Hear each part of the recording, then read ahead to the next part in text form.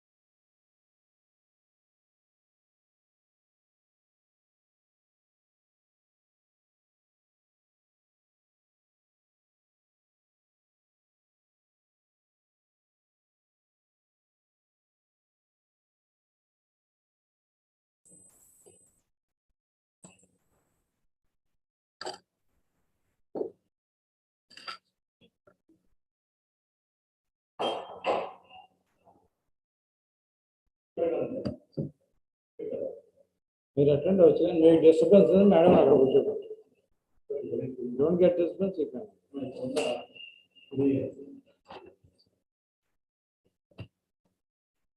వాళ్ళ బాబు పేరు ఏంటి సార్? సార్ వాళ్ళ సన్ పేరు మేడం ఆయన కూడా లైన్లో వస్తాడన్నారు. చెప్పడానికి నేను చెప్పడానికి నేమ్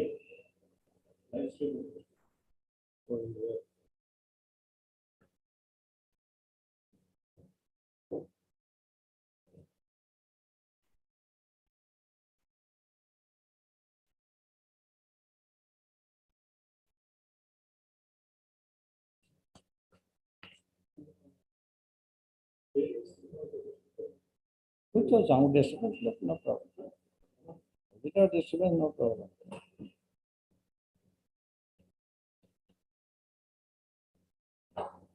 ఇన్విటేషన్స్ తీసుకోరా.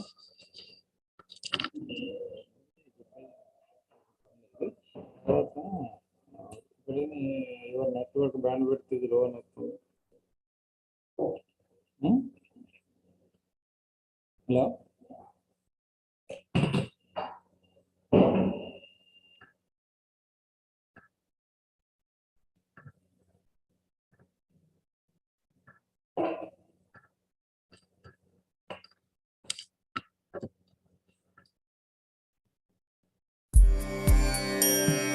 వందే మాతరం వందే మాతరం సుజలాం సుఫలాం మలయజ శీతలాం సస్యశ్యామలాం మాతరం వందే మాతరం శుభ్రజ్యోత్స్నా పులకితయామినీ పుల్లకుసుమిత ద్రుమదళ శోభినీ సుహాసినీ సుమధుర భాషిణీ సుఖదాం వరదాం మాతరం Vande Mataram Vande Mataram.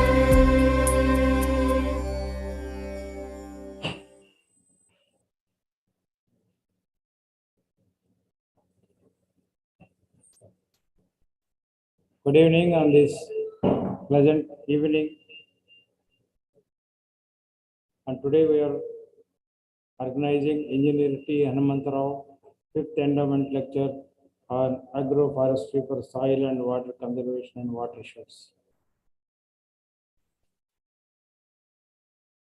Respected Chief Guest and today's speaker, Dr. Muhammad Usman, Principal Scientist, Agronomy and Head PME Cell, ICAR, FRIDA. Dr. Muhammad Hussain, FIE, Professor, Department of Civil Engineering, GRIET, Hyderabad, and convener of the today's event. Dr. G. Venkata Subbaya, FIE, Honorary Secretary, IEI, Telangana State Center. Miss Shashi Kola, daughter of Engineer T. Hanumantha Garu. Also is present is the son of T. Hanumantha Garu. Past presidents, past vice presidents, council members of Institution of Engineers India, past chairman, past honorary secretaries, members of Telangana State Center Committee, Institution of Engineers India, corporate members of IEI, family members of Engineer T. Hanumantha Garu, distinguished guests, representatives of media, ladies and gentlemen. Today, I feel it is a great privilege and honor to be amidst this august gathering and extend a warm and hearty welcome to today's chief guest and keynote speaker, Dr. Muhammad Usman, and all of you to this Engineer T. Hanumantha 5th Endowment lecture and agroforestry, soil and water conservation watersheds. Today, I am very happy to be associated with this memorable event. The Institution of Engineers India, founded in 1920 and incorporated in 1935, having 8 lakh members in 15 engineering divisions and 125 centers across the country, and also it having 7 forums, 7 forums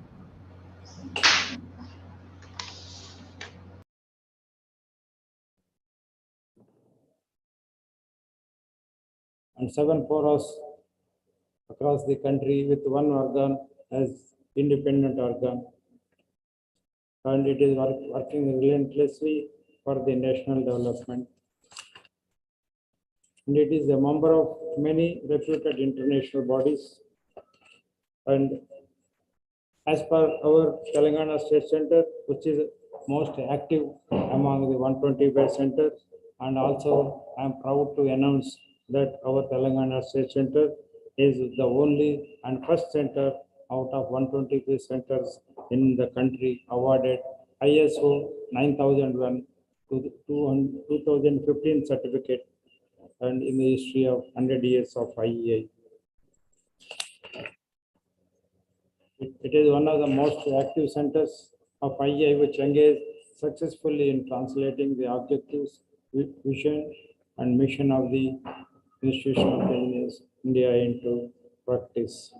I am glad to inform that the Telangana State Center of the Institution of Engineers has been regularly organizing 18 endowment lectures every year on the birthdays in honor of our eminent engineers like V. Subbarao, Endowment Lecture, Engineer M. Tirupati Reddy, Dr. J. Purushottam, Engineer Koka Krishna Mohan Rao, Engineer J. V. Subbarao, Engineer T. Hanumantha Rao, Engineer A. P. Ranganatha Swami, and Dr. S. Raghavachari, Dr. Narla Tata Rao, Engineer Matur Gopal Rao, Engineer Gurram Kodreddy, Engineer Atluri Venkateshwar Rao, Dr. John A. Murray, Dr. N.V.R.L.N. Rao, and Engineers L. Venkatakrishna Iyer, Engineer K.V. Srinivas Rao, and M.L. Swami Endowment Lecture, Dr. A. Ramakrishna, and Engineer I. Basavaraju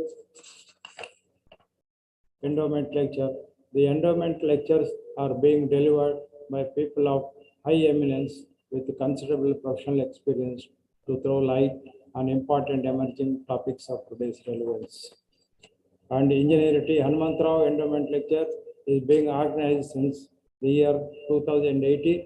Telangana State Center of Institution of Engineers India is presenting certificates and medals to outstanding academic performance in securing the highest percentage of marks in the Bachelor of Engineering for Technology in Civil Engineering, and that is 4 years academic, from the University College of Engineering, JNTU, Kakinada, University College of Engineering, SV University, Tirupati, National Institute of Technology, Warangal, Indian Institute of Technology, Hyderabad, in honor of our eminent engineer, Engineer T. Hanumantha Rao, former consultant to United Nations and former engineer-in-chief, AP Irrigation and Command Area Development Department, and former Director General, Water and Land Management Training and Research Institute, Hyderabad, and former Commissioner of Tenders.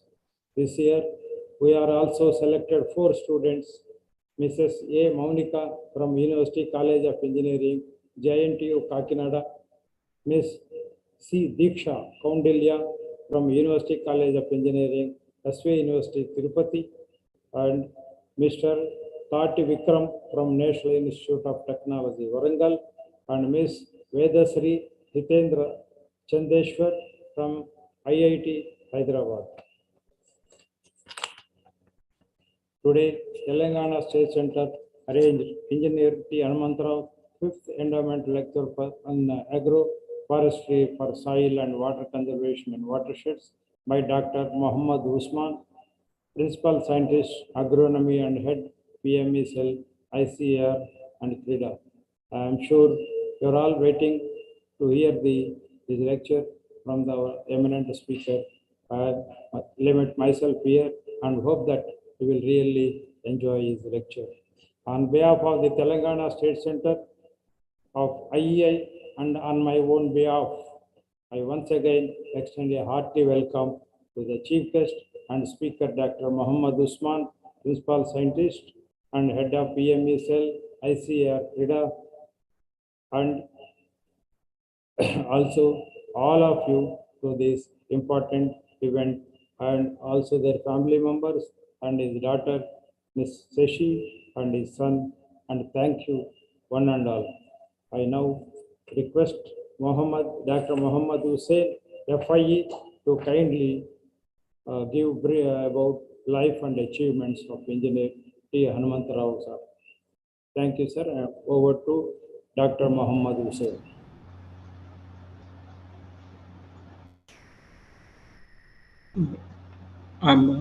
Hello. Am I visible? Yeah. Yes. Can I talk? Okay.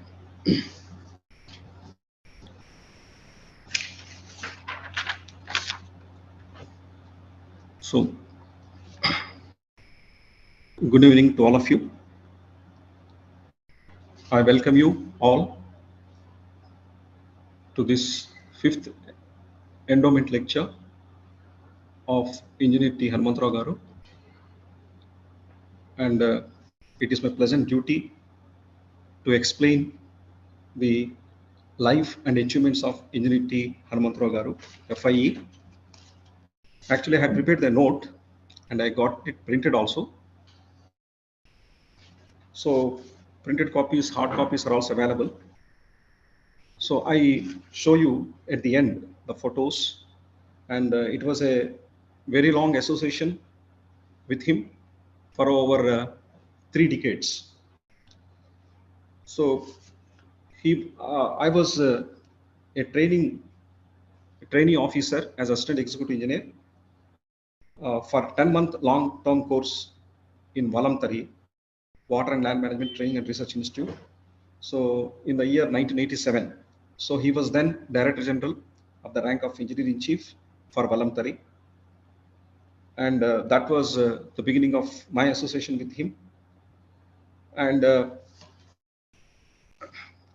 he gave his highly technical inaugural address of first national seminar when I joined in Gokaraju Rangaraju Institute of Engineering Technology as a professor.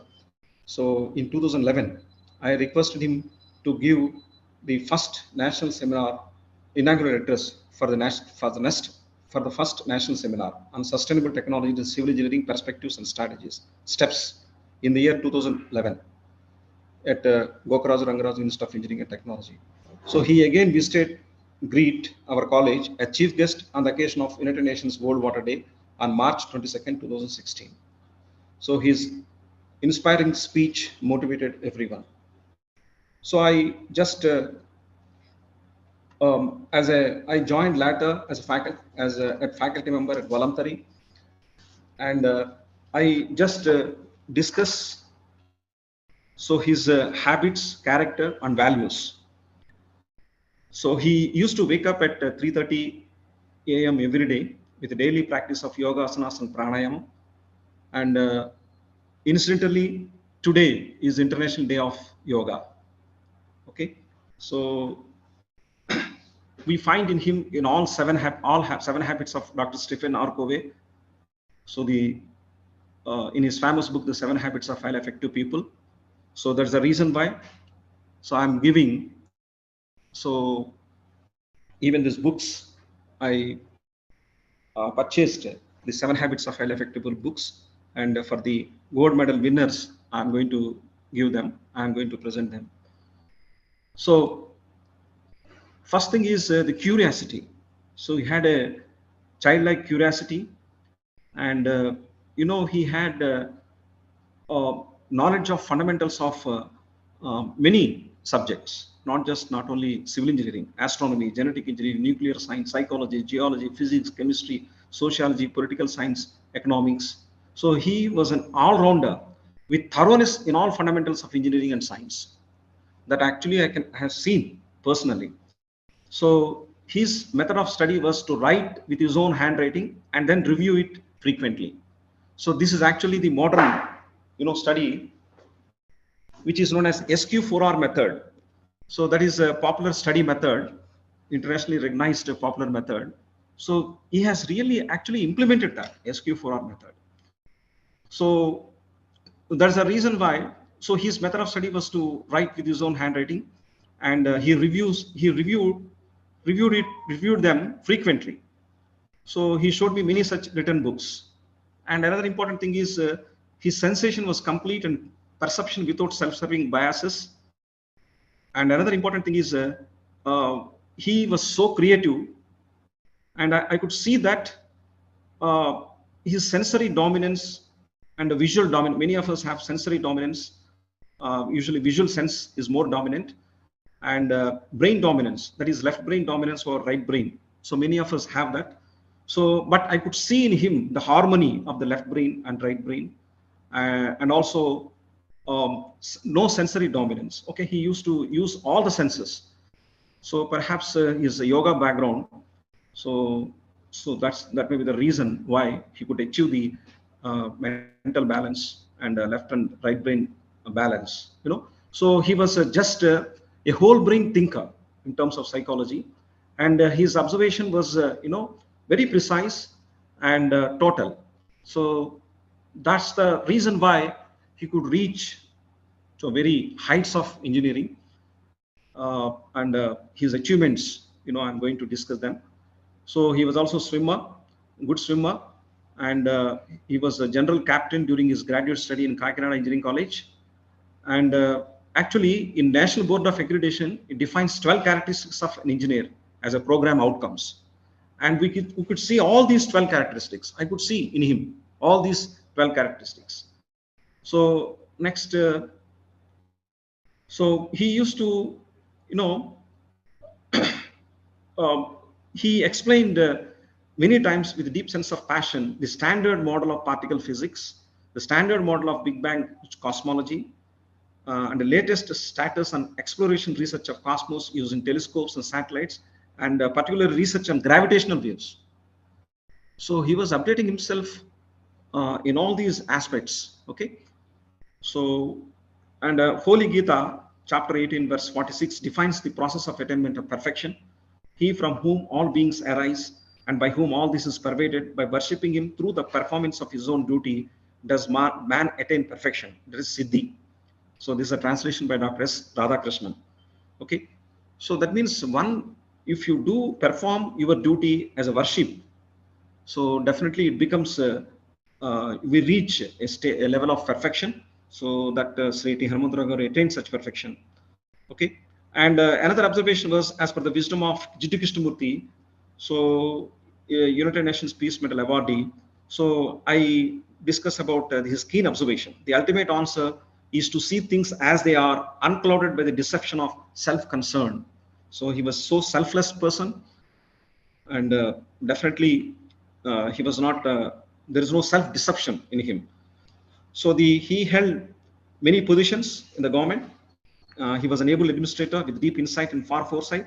He was former Director General, Engineering Chief Rank, Water and Land Management Training and Research Institute, a Training Institute of Irrigation Command Area Development Department, Government of Andhra Pradesh, then undivided Andhra Pradesh. He was former Chief Engineer, Telanganga Project, and Chief Engineer in Mine Irrigation, Government of Andhra Pradesh. He was the Chairman of Institution of Engineers, Andhra Pradesh Center from 1988 to 90. He also worked as Chairman as Commission of Tenders, Government of Andhra Pradesh. He was former Chairman, Technical Committee, Water Conservation Mission, Government of Andhra Pradesh. And his contributions, he has published 92 technical papers in Indian and international journals. He published 4 books, Type Designs for Lift Irrigation Schemes in India, Type Designs and Ready Reckoner Tables for earthen dams, Manual on Designs for Mine Irrigation Projects, Innovative Participatory Technology for Watersheds, Low Cost Structure on 4 Waters Concept. So he was, he was consultant to many prestigious projects, the World Bank of different countries, World Bank, United Nations, Operation Project Services, IFAD, International Fund Agriculture Development, Rome, and SARDOP, Center for Integrated Rural Development for 15 Asian and Pacific countries, WAPCOS, international assignments, German Agro Action, DFID of UK, Swedish Project Development, and the Netherlands government. So he gave inaugural addresses in many national and international conferences. He delivered 27th Dr. A.N. Khosla Memorial Lecture during 29th Indian Engineering Congress organized by the Institution of Engineers from December 18, 2014. And he presented a talk, he presented material on making rivers live and interlinking rivers, a new concept. He proposed the technology of constructing a series of barrages on rivers to make them live and make possible interlinking of rivers. He also applied patent for this technology. His rewards and recognition. So he was awarded Best All-Rounder Cup for proficiency both in sports and studies during his graduate study in Kakinada Engineering College. He was a recipient of Central Board of Irrigation Power Award 1989 for outstanding work in water sources in India. He got Bharat Ratna Sir Mokshananda Viswesvaraya Award in 1987 for outstanding contribution in the field of engineering, jointly instituted by the Institution of Engineers India and Government of Andhra Pradesh. He was a recipient of Visishta Seva Patram, the highest honor of Andhra Pradesh state government in 1986 for outstanding work in government service. So he released a message, okay, on March 22nd, 2016 at Gogarazu Rangarazu Institute of Engineering and Technology, Hyderabad. So just I read briefly. Let us together earnestly strive to develop and conserve quality and quantity of water, both wastewater and fresh water, by implementation of the principles of green building, virtual water, hydraulic structures, water footprint, rainwater harvesting, groundwater recharge and recycling, but wastewater treatment to prevent waterborne diseases and water conflict. And he proposed a Laos mutual cooperation quotient among nations, states, communities, and individuals. So let us together continuously update our attitude towards water using Laos mutual cooperation. Just I briefly discuss this, and I will show photos at the end. L is listening attentively and intuitively, both verbally and non-verbally, without selective listening and preconceived judgments due to the sensory dominance and brain dominance. So listening behavior is very essential for water resource stakeholders. So the observing with all senses without selective perception due to accumulated errors of sensory information gathering and sensory information processing, verifying intentions, communications, mask people where to hide true self, misperceptions, psychological games from not okay position, negative thinking patterns, performance appraisal errors, social context, and values, both the eternal and temporal of oneself and others. Empathizing with others, as everyone has a unique mindset, unique emotional set, and unique body set. And self-awareness, accurate expansion by appropriate self-disclosure of feelings and receiving functional feedback.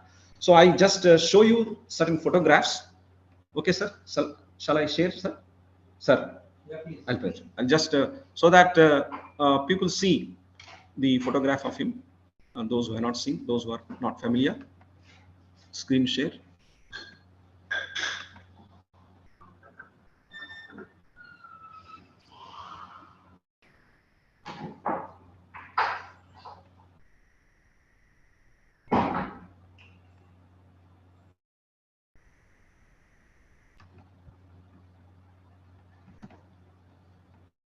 So, are you able to see here? Yeah. Yes, you're able to see. So, you please see this when he came in the year 2016 to our college, Gogarazu Rangarazu Institute of Engineering and Technology. And, you see his enthusiasm and also the enthusiasm on my face when I was HOD then, and also on the face of principal, sir, or principal. So, here,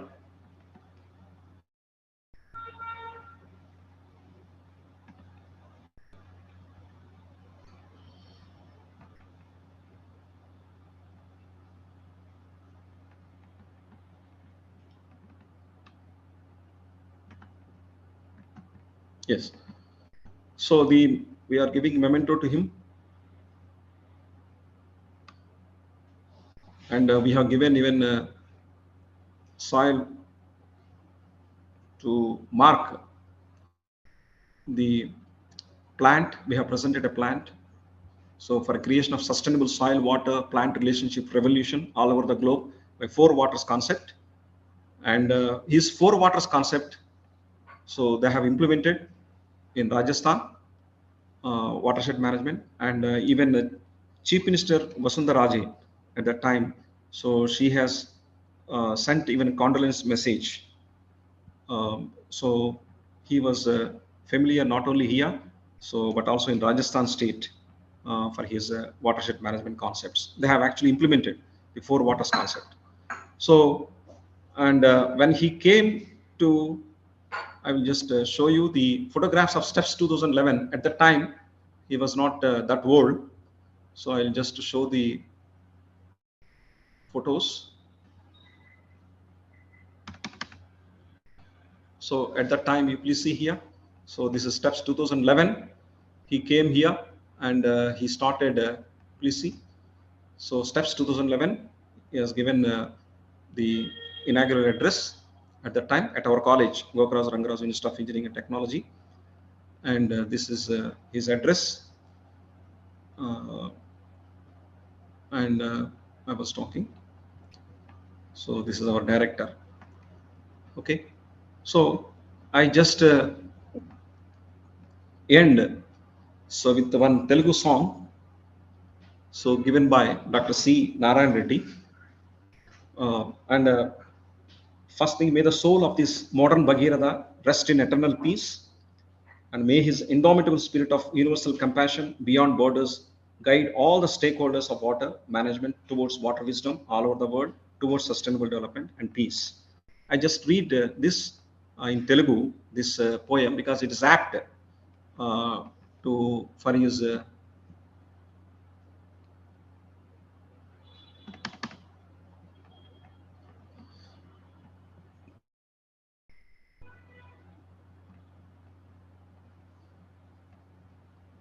so this is the song Jeevana Bhashyam, Dr. C. Narayan Reddy. పరుల కోసం పాటుపడిన నరుని బతుకు దేనికని, మూగనేలకు నీరందివ్వని వాగుపరుగు దేనికని, జల్లుకు నిలవని ఎండకు ఆగని చిల్లుల గొడుగు దేనికని, పదమంటూ పదములే కాని కదలని అడుగు దేనికని, ఎంతటి ఎత్తులకెదిగినా ఉంటుంది పరీక్ష, హిమగిరి శిరసే మాడితే అది ఏరవుతుంది, బిరుదులు పొందే వ్యాప్తికి విలువేమి సినారే, చెరగని త్యాగం మిగిలితే ఒక పేరవుతుంది. సో హనుమంతరావు గారు, శ్రీ హనుమంతరావు గారు, ఆయన ఒక చెరగని త్యాగం. Okay, so I wish you all the best. Thank you for giving me this opportunity. Thank you, Hussain sir. Thank you, Professor Hussain sir, for giving a wonderful life for achievements of Engineer T. Hanumantha sir. Now may I request you, sir, to kindly introduce our today's chief guest, Dr. Yes. Mohammed Usman. Yes, yes. I'll just go down to. Okay, sir. So it is my pleasant duty to introduce today's chief guest and also speaker, Dr. Mohammed Usman. He is presently Principal Scientist, Agronomy and Head, PME. Dr. Mohammed Usman did graduation in agriculture in 1981 and post-graduation in agronomy, first in distinction, and also PhD in agroforestry in the year 1996 from Oregon State University, Corvallis, War, USA. He joined ICAR, Indian Council for Agriculture Research, and CREDA, Central Research Institute for Dairy and Agriculture, as scientist in 1984. He served in ICAR CREDA for 38 years in various capacities. He enabled improved livelihoods through efficient NRM involving rearing of small ruminants under NATP, NAIP, and NICRA TDC projects, implemented NWDPRA, and evaluated several watershed programs of NABARD, Indo-German, NGOs, and IWMP, identified and promoted various agroforestry systems, and selected promising genotypes of tamarind, leucaena, and perennial castor, and Pigeonopia refined ITK to MTK of tank silt recycling. So ICRISAT, WWF, FPARP, MOWR, GOI, New Delhi. Prepared comprehensive district plans, CDP, under BRGF, and prioritized rainfed areas of the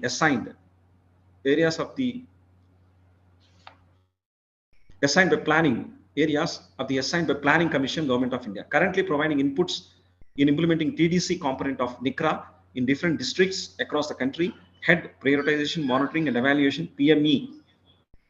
Earlier, Research and Coordination Management Unit with effective from June 2006. Prepared EFC memo of 11th and 12th plan period and 2011 to 17 to 2020. Prepared CREDA vision documents 2025, 2030 and 2050.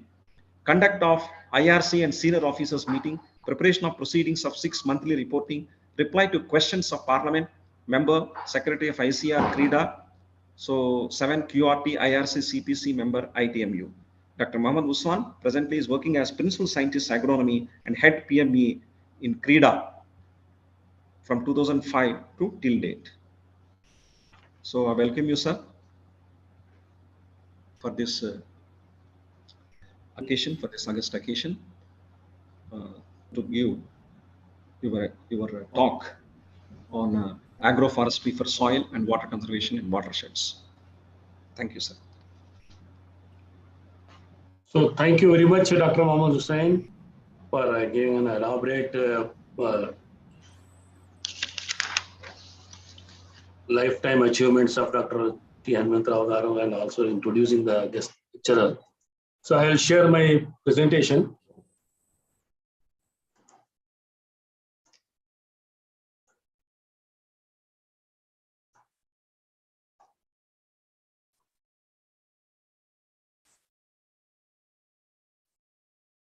So I hope it is visible.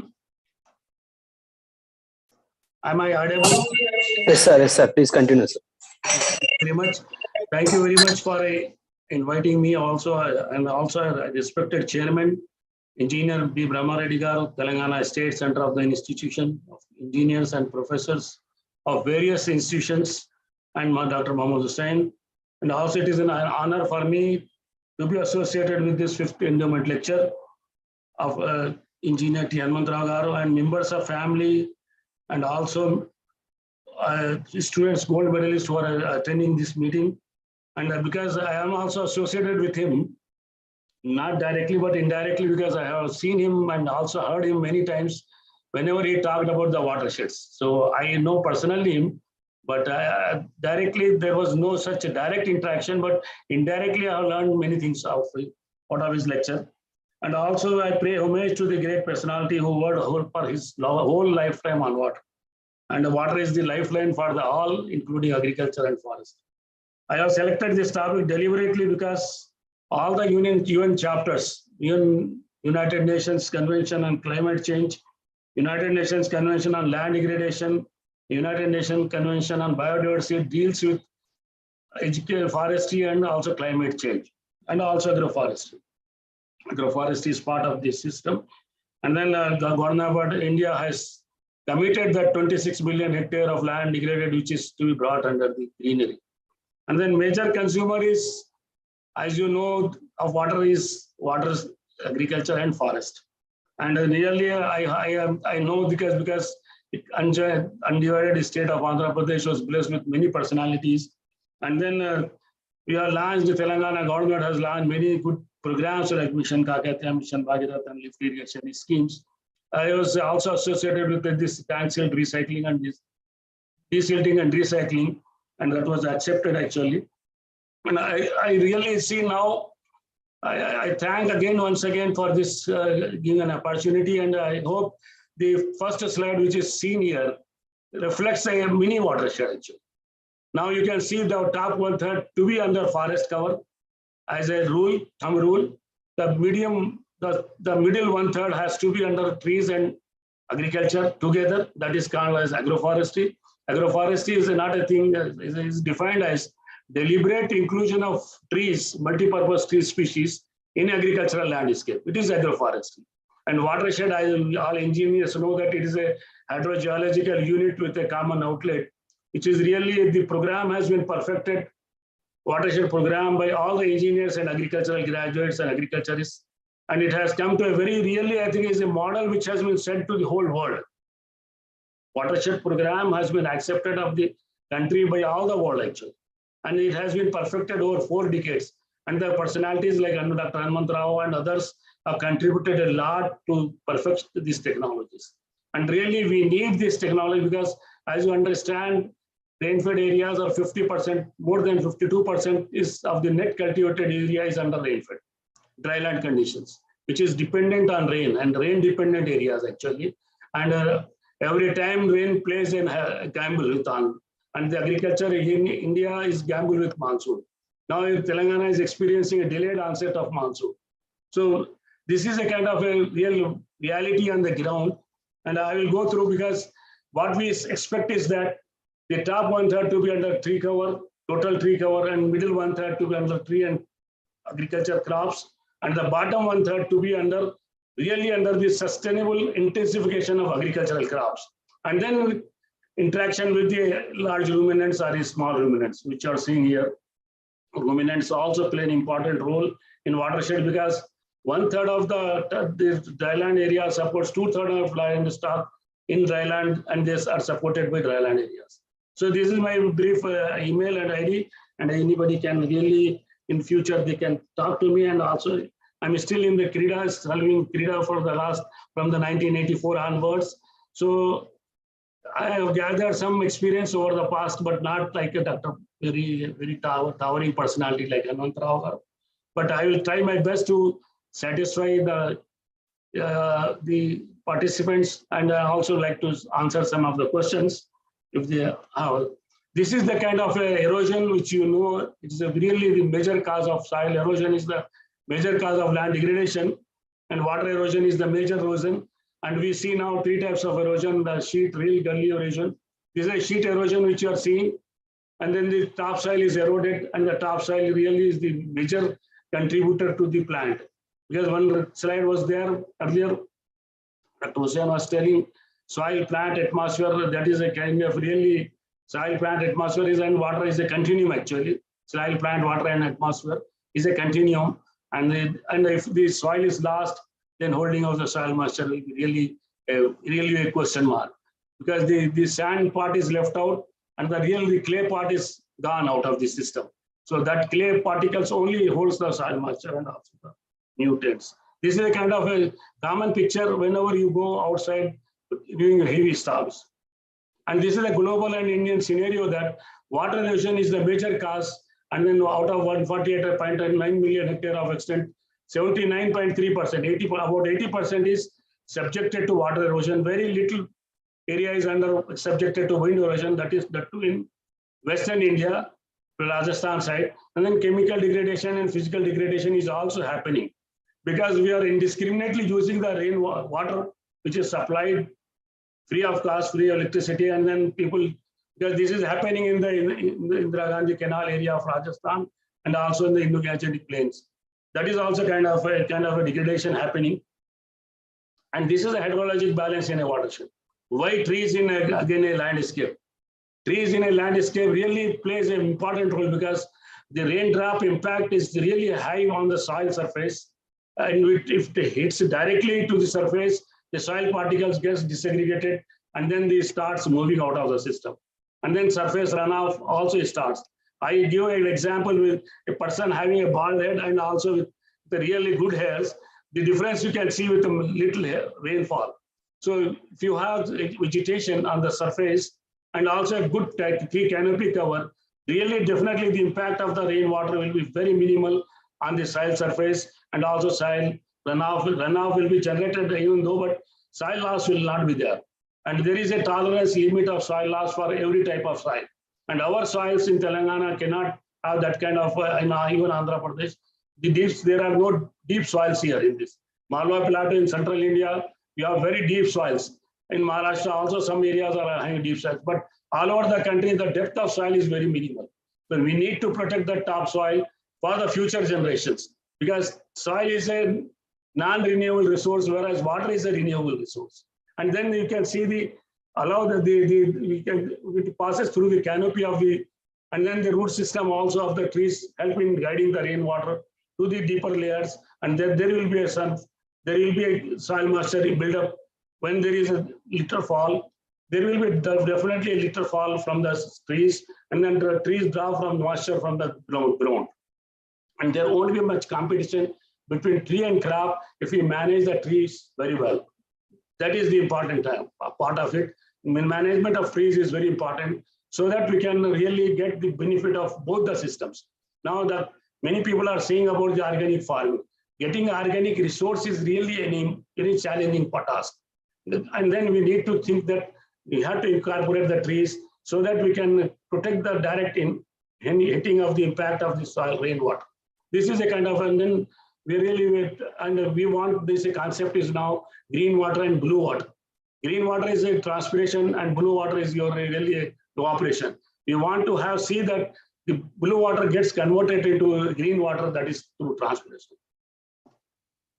And then the conversion, this is what I was telling, and multiple benefits of water really we need to think of.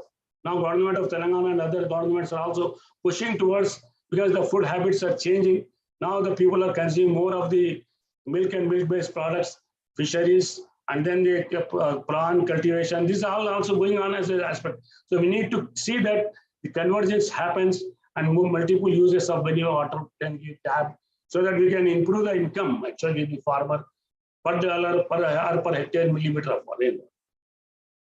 And then, as I said, the natural resource management watersheds exhibits. May I know what is time actually limit? Actually, this is very time consuming and so that I can really skip something. If you have time limit, then please tell me so that I can. Is there any time limit? Up to what time?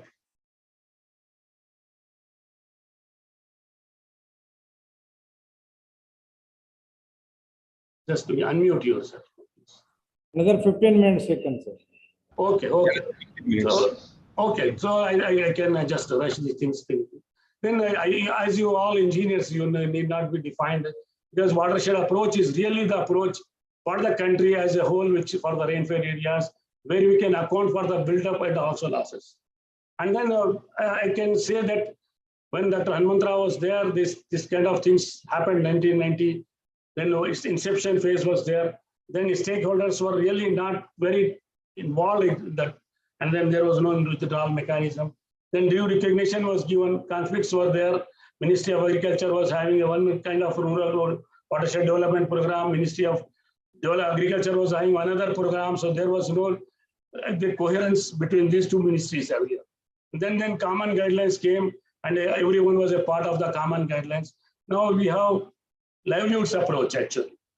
In the watershed program, we are now trying to have livelihood approach where Panchayat Raj institutions are playing an important role, community-based organizations, and common pool resources, actually CPRs. What is the CPRs, I will tell you later. And then we had for rainfed areas, the investment is very less actually. As an engineers, you may appreciate that the major resource has gone for the development of, major chunk has gone for the big reservoirs. Very little has gone for the rainfed areas. And there is a disparity between irrigated areas and dryland areas. Where the water is in command, control, their farmers are really well off. Whereas in watershed areas, rainfed areas, they are for that reason, drought-prone area program was brought in 1970s. Then National Watershed Development Program area for rainfed areas. Then Model Watershed Program, then DFID, World Bank, GTZ, ADB, all came into the picture. Then we have the common guidelines. And then these are some kind of model watersheds which are created. Then we have made, because of the great personalities across the country and across the disciplines, we could really brought innovations across the model watersheds. And these watersheds cut across the different regions, different soil types, different geohydrology, and then convergence demonstration we have done for best management practices. Focus was there on the collective capacity building, good governance, harnessing public-private partnership, and also forward and backward linkages. Now we are thinking of farmer producer organizations and inclusive growth and linking with markets. Future scenario, really there will be increased droughts and extreme weather events. We are observing now. This year there was a heat wave across the country. Then cold wave, the minimum temperature is rising, and then it is affecting the, and then the government of India launched a program, and CRIDA is also working on the NICRA, that is also National Innovations in Climate Resilient Agriculture, a big program of the country. And then we are seeing a major shift in the cropping pattern. Now in India, we have only less than 10 crops across the country. And cotton is being really, because the market is driving the cropping systems. That is, maybe we will say that this area is not suitable for cotton, growing cotton, but farmers are going for that. So this is, and then maize area is increasing. We are seeing that kind of, it is not controlled by the governments, it is controlled by the market actually. And soil erosion, because we are seeing now very heavy intensified rainy events, the soil erosion and floods. Now one side of the India is reeling under drought and another Assam region is now flooded. So this kind of situation prevails in the country where one area will be under drought, one area will be in the floods. And then we have technologies to cope with intensive droughts and also extreme weather events, and we are trying our best to take them to the farmers' fields. And then we have list of options available. And then now we are thinking towards having bioengineering measures, because engineers and agriculturists can think of having a kind of a marriage between these two, where we can have really each one supports other. It's a win-win situation if you have bioengineering measures, rather than just concentrating on mechanical structures. You can think of linking both, like vegetative barriers are there, live beds are there, contour vegetative barriers are there, gully control, sandbag and vegetative checks, and then agroforestry systems like agriculture, electrorapping, agri-horticulture, silviculture, silviculture system, and farm forestry. These bioengineering measures really is the need of our one supports other, is really both will gain actually. Soil will gain, engineers also will be having a major role to play in this area, whereas agriculturists also have the role to play. And then we have talked, now there are so many innovations in this, but there is a short of time.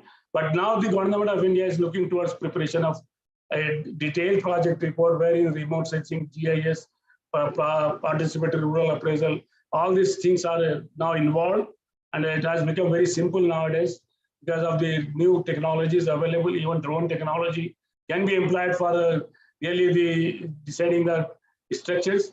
And this is a kind of these three things you find in a watershed: forest, grazing land, and water.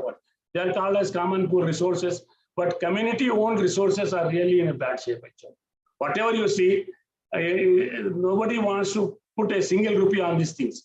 Yeah, I have seen many structures becoming defunct because of lack of involvement of the people or lack of involvement of the community. So little investment can make a big wonders on these aspects. And we have really a program with the ACAR, in Australian Council of International Agricultural Research, entry-point activity in watersheds. We are saying farmers to have some kind of vegetation over the ground. That will make the soil really resilient also, and also the rainfall infiltration will be much more. If you have, this is a twin plant rainfall simulator which simulates the rain in a watershed or in a as an interpoint activity. You can see the difference. If you run this rainfall simulator for half an hour, you can see from the bare plot, you can see this much within half an hour, the soil loss in this bottle, which is on the left hand of my side, and the clean water which you have with the vegetative cover on the soil. So really, the vegetative cover on the soil makes a big difference in case of in terms of soil loss and runoff.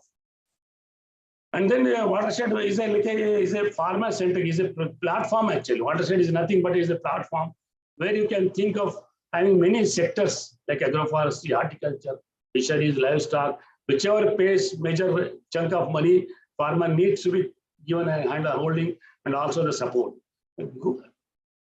Generally, these are kind of in situ conservation measures which are promoting in watersheds, and also they are supported with either grass over the bund, is green capping of the bund, and also tree species. This is a kind of a different places, different systems. This is the trench cum bunding. This is a kind of a live vegetative bed, then contour trenching, then bunch terracing. And we have suggested so many models actually. At the time of planting itself, which farmer can go for region for a planting, conservation for rows, and then making conservation for row and planting using machines, so that the runoff will be, little runoff is generated from the soil, from the agricultural fields, so that this kind of a loss of soil and loss of runoff will be minimized. And these are some of the conservation measures again. And this is a kind of a now farm pond technology has gained a very much importance. Different types of percolation tank, recharge our different wells, percolation ponds, and then really RCC made farm ponds. And this we have generally done in Adilabad district, where we have really, because the rainfall is also high, packaging of the farm pond technology so that farmers can use this water for supplemental irrigation and life-saving irrigation during the dry spells, and also doubling the cropping intensity if there is a water in the farm pond. And we are observing that North Telangana, wherever there is no canal systems, this kind of technology plays an important role.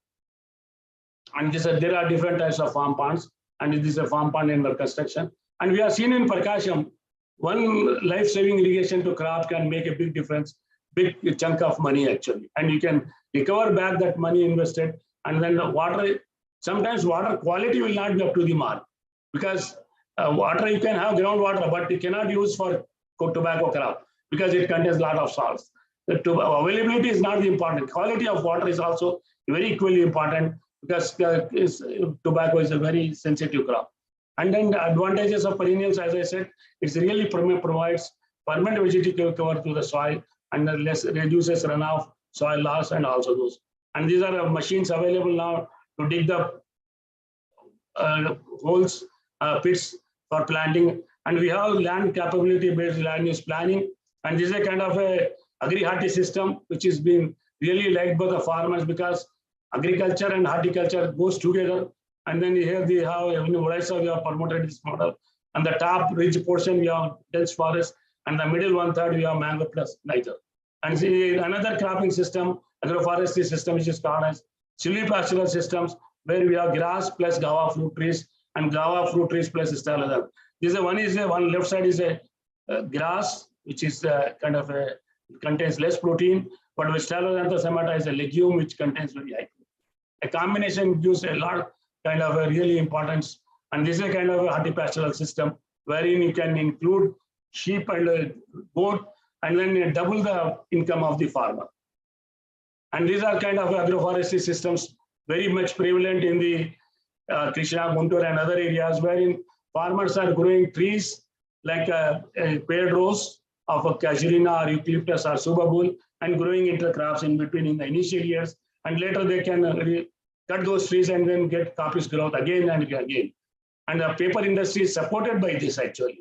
We are Andhra and part of Telangana is supporting the whole paper industry by growing these kind of a fast-growing tree species.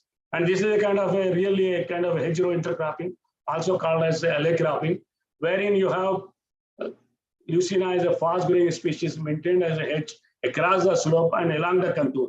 So it makes a sense. We have mechanical measure of contour bunding and supported by Lucina as a green. Both are win-win situation here.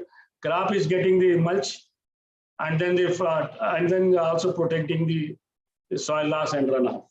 And then in the off season, there will be greenery on this, and this biomass is useful for the livestock. Alley cropping, as I mentioned, this is a again, and this is a kind of a intercropping of curry leaf with many vegetative crops. And then is a Prakasham district where farmer is integrating with Lucina leucocephala, which is called as subabul with livestock. And this is a kind of we are introduced this K6 variety of Lucina, which is really good, and it grows well and has been adopted over 1 lakh hectares in Krishna, Guntur, and Khammam districts of Andhra. And this is a kind of soil conservation measures for the plant, and also these are the measures like a trench, like a V shape, half shape, moon shape, bunds across the trees. And then these are some, actually this soil moisture, how to prevent the soil moisture from evaporation. Mulching is required. Mulching can be through gravels, paddy, straw, paddy husk, any other things. And also now, because Government of India is talking about the soil health actually, and then we have to generate a lot of biomass for feeding the soil. And this is a kind of one tree which is called Glycidia, which can be planted across the slope and provides a lot of green material, and supports you can meet at least half of the demand of the nitrogen through this species, also build organic matter of the soil. And this is the kind of economics. Agri-horticulture systems with involving fruit trees is really more paying than the crop alone, like edible crops. And this is a kind of a community-based social regulations. We have seen that engineers can play a major role in kind of installation of rain gauge and also community-based crop planning actually, based on the availability of water in the open wells and also in the bore wells. And this now we are promoting paddy and paddy after Kaleshwaram, because 1 hectare, if you reduce the paddy, they can go for 3 to 4 hectares of other crops. That is important actually. Now you have to see the example of Maharashtra, where they make more money by diversifying rather than not growing by paddy, but by growing other horticultural crops. And this is a kind of a runoff from agroforestry systems. I'll show the map where 3 plus crops, the runoff will not be generated very fast, but pastures a very slow generation of runoff. And if you have only crop, immediately the runoff in start generating. So it makes that it says that runoff will be more from the cropping systems, crop-based system, and it will be less from 3 plus crops and very less from pastures. And you get very clean water from the pastures. And the runoff is from bare land, arable land, agroforestry is in the middle, agri-horticulture and silvipasture system. We have evaluated many approaches for evaluation, but what has happened is over the past few years is groundwater level has gone up, change in land use has happened, cropping intensity has gone up, production and productivity has gone up, household income improved, employment generation happened, and really many changes have happened with this. Really, to conclude, because the rain-fed areas are the future of agriculture and need to cope with competing demand. There is a demand from other sectors. Really, 4 waters concept of late engineer Hanumantha, rainwater, surface water, soil water, soil moisture, and groundwater is really holds good throughout his lifetime and also for the lifetime of the planet. So really he has moved a very big concept, and now we need to take this concept very much in our lifetime and see that these 4 waters are really managed very well. Then there will be a problem with we have enough water. When you compare with Israel and any other country, we have a lot of water. Even then we fight for the water. That is not good actually. We need to think of conjunct use of rainwater and groundwater and make multiple use of water, because growing only paddy and poverty goes together. Because I have seen in whole India, Eastern India, you see poverty and paddy. I tell that one because dhan will not make any person dhani. So poverty and paddy, because there are 44 districts in India which grow only paddy, and poverty is really confined to that belt actually.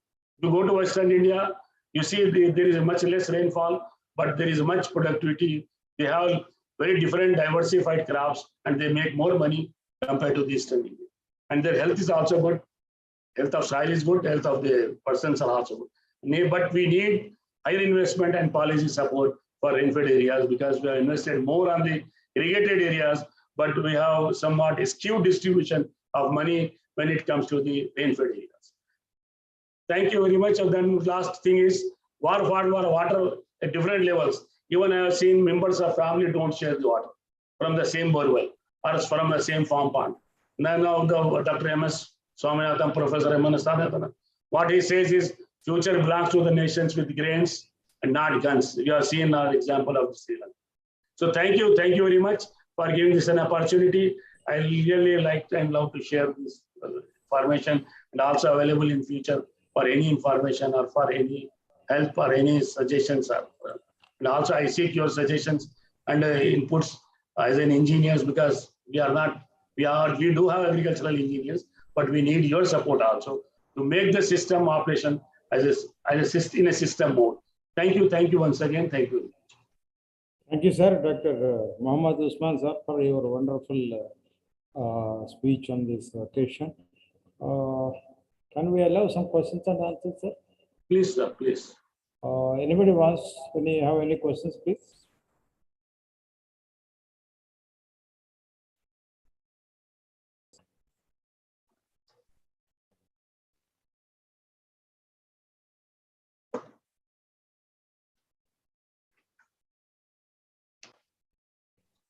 Sir, I think your speech is so good and well understood.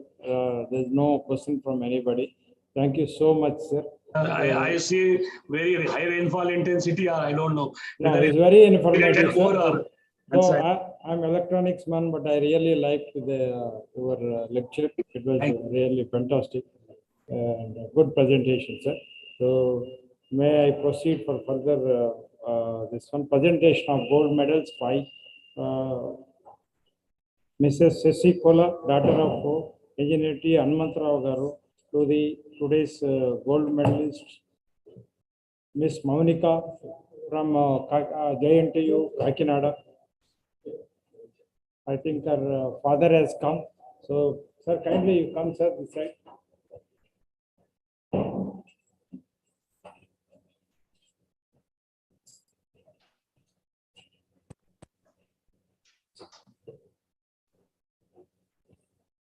May I request Sesi Madam kindly to hand over the gold medal and certificate to the father of Monica, who is stood the topper of the JNTU College for the year 2017 to 2021.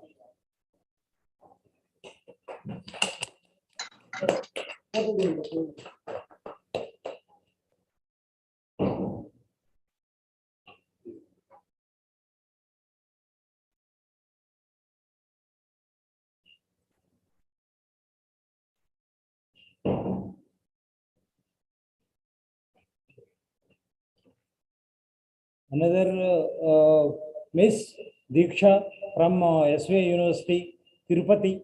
I request her to kindly come and take her gold medal and certificate from Madam Shashi.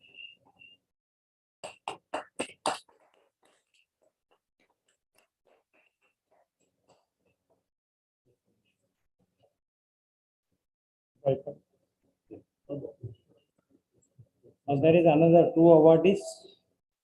They are not come. They are not present here. One from National Institute of Technology, Warangal, that is Tati Vikram, and Miss Vedasri Hitendra Chandeswar. She is from IIT Hyderabad.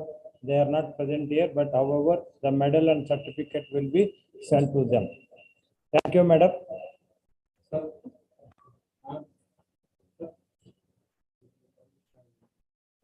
So you want to give the books? Come this way.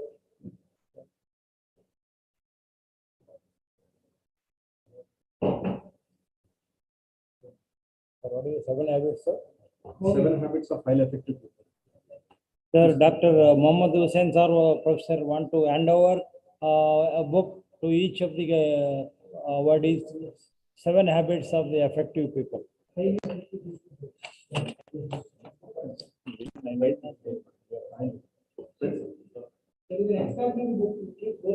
Come, Diksha.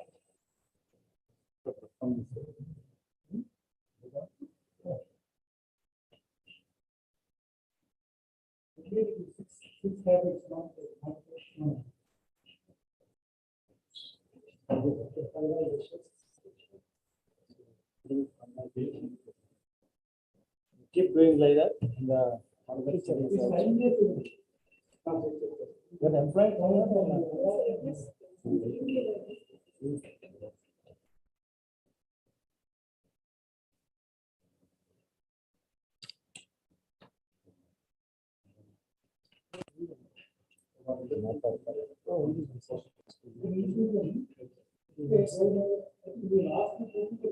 May I request Madam Sesikola, daughter of the Hanumantha garu, to kindly say a few words about her father.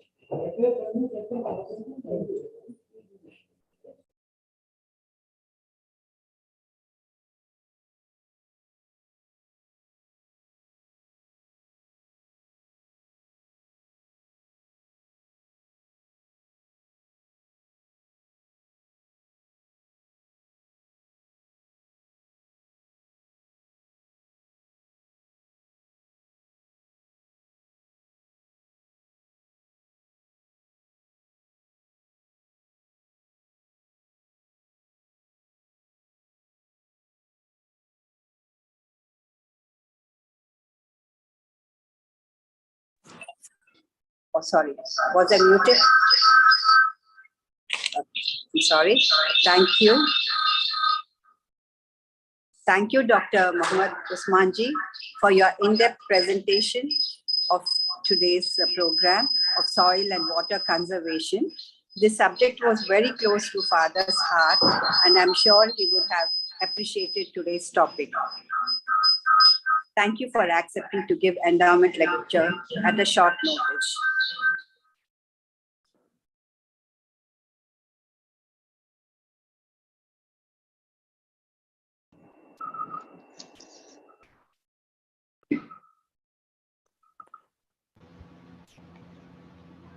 I would like to thank Dr. Ramna Garu, guest of honor, for being here today. I thank him. My heartfelt and thank to Dr. Muhammad Hussain Garu, Professor, Civil Engineering, GREIT, convener of today's endowment lecture, for taking personal interest and coordinating with organizers for smooth flow of the program. His respect and affection for Father comes across vividly. Many thanks, sir. My sincere thanks to Mr. Brahma Reddy Garu, Chairman, Institution of Engineers, Dr. G. Venkat Subbai Garu, Secretary of Institution of Engineers, for today's endowment lecture, which has been well organized. Thank you. On behalf of my brothers, T. Vijay Kumar, T. Madhusudan, myself, my family and friends, I would like to thank all those who are with us today, fathers, colleagues, friends and family, for the support you have given to us by involving yourself in today's program. We seek to carry Father's vision in the years to come. Hope to see you next year. Thank you. Namaste.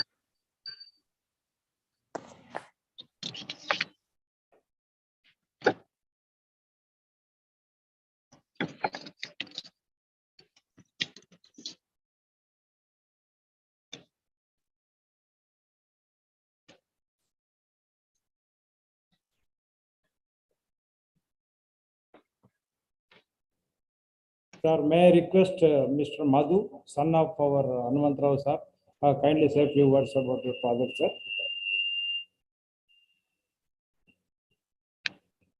Sir, Madhu Garu, are you online, sir? Yes, sir, I'm here. Can you hear me? Yes, come on. Yes, sir.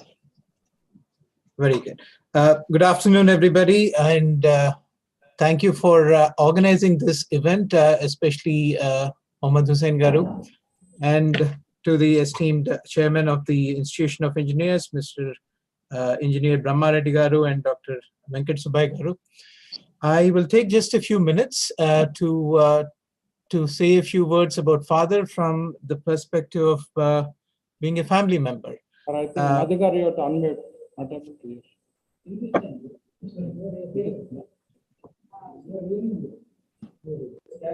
Can you come on video? Okay. Were you able to hear, or should I repeat? No, we are able to hear, sir, please. Okay, Yes, sir, you are very much audible. You can continue. okay, very good. So I'll just take a few minutes, Sandy, to speak about a few of the topics. And as I've heard through, Mohammad Hussain Garu has covered most of the things I was going to say about father. So he has not left too many things for me to say. I will just leave it with this one notion that as an individual, every one of us need to know the difference between taking our work seriously and our own self seriously. Father rarely took himself seriously, but always took his work very seriously. And he always had a great sense of humor and a very diverse set of interests, be it civil engineering or electrical or mechanical, and how we would apply that and have those introduced into conversations. And I can speak only for myself. His interest of agriculture, of his interest in water conservation and mechanical, electrical. Well, he taught me how to do plumbing, basic plumbing. He taught me how to do the basic wiring, how electrical systems work in your own house. So I would be the one and changing the light switches, right? Not just light bulbs, but light switches, putting on wires, changing fuses, changing the water faucet, right? How do you fix a drain when it is blocked? Why is a drain blocked?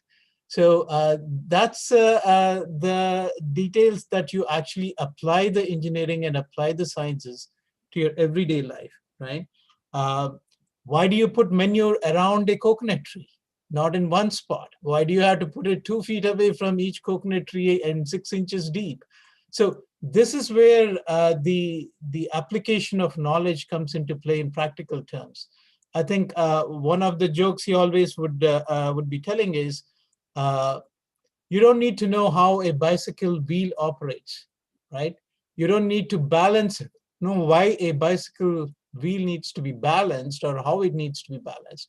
You just need to put a weight to it and it's balanced. It's not wobbling anymore.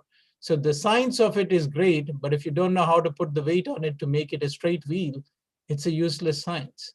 So applying that science, and this goes as a message to the new graduates and the gold medal winners there.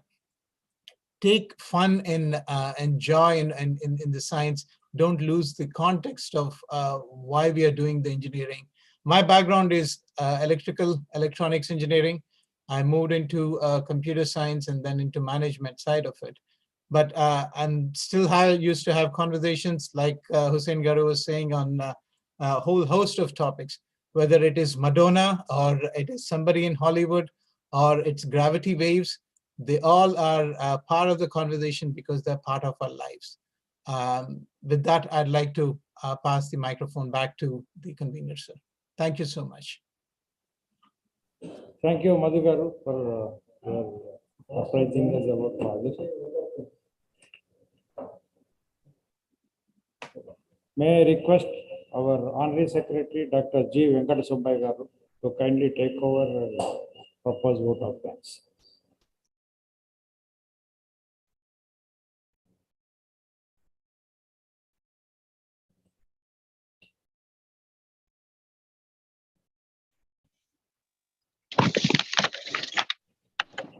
Thank you, sir. Chairman Garu, Engineer D. Brahmareddy Garu. Respected Chief Guest and Speaker, Dr. Muhammad Osman, Principal Scientist, Agronomy, and Head PME Cell, ICAR, CRIDA.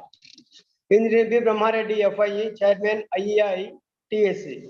Dr. Muhammad Hussain, FIE, Professor, Department of Civil Engineering, GRIET, Hyderabad, and convener of today's event.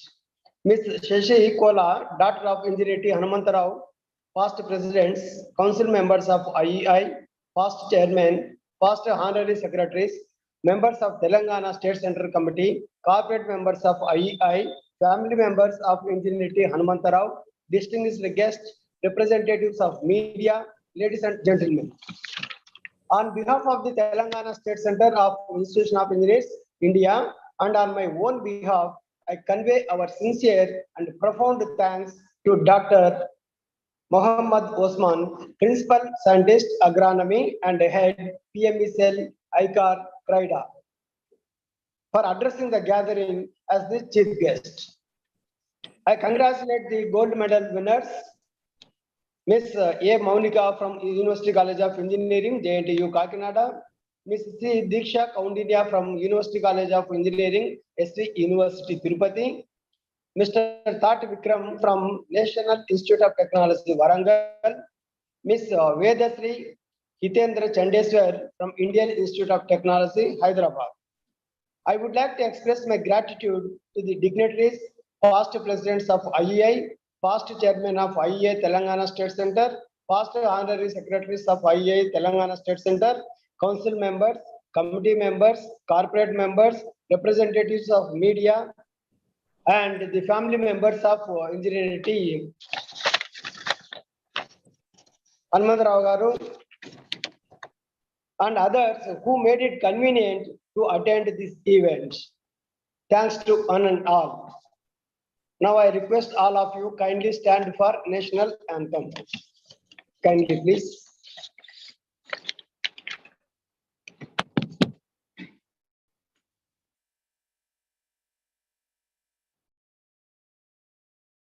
जनगण मन अधिनायक जय हे भारत भाग्य विधाता पंजाब सिंध गुजरात मराठा द्राविड़ उत्कल बंगा हिमाचल यमुना गंगा जल जलधि तरंगा तव शुभ नामे जागे तव शुभ आशीष मांगे गाहे तव जय गाथा जन गण मंगलदायक जय हे भारत भाग्य विधाता जय हे जय हे जय हे जय जय जय जय हे